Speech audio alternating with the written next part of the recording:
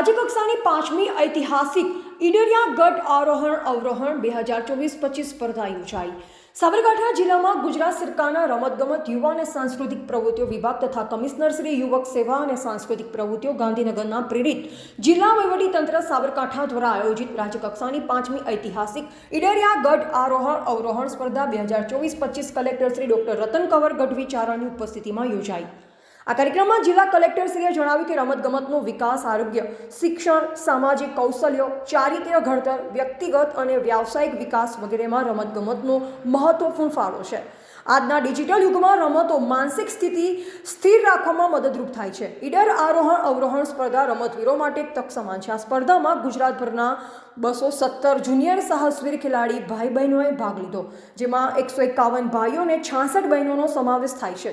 આ સ્પર્ધામાં ગત વર્ષના રેકોર્ડ તોડી નવા રેકોર્ડ સર્જાયો। આ સ્પર્ધામાં 1 થી 10 ક્રમે વિજેતા થનાર ભાઈઓ બહેનોને સ્પર્ધકોને ₹25,000થી શરૂ કરી 10મા ક્રમે વિજેતા થનારને ₹5,000 સુધીના પુરસ્કાર એનાયત કરવામાં આવ્યા। રાજ્ય કક્ષાની આ સ્પર્ધામાં જુદા જુદા જિલ્લાના ખેલાડીઓએ ભાગ લીધો।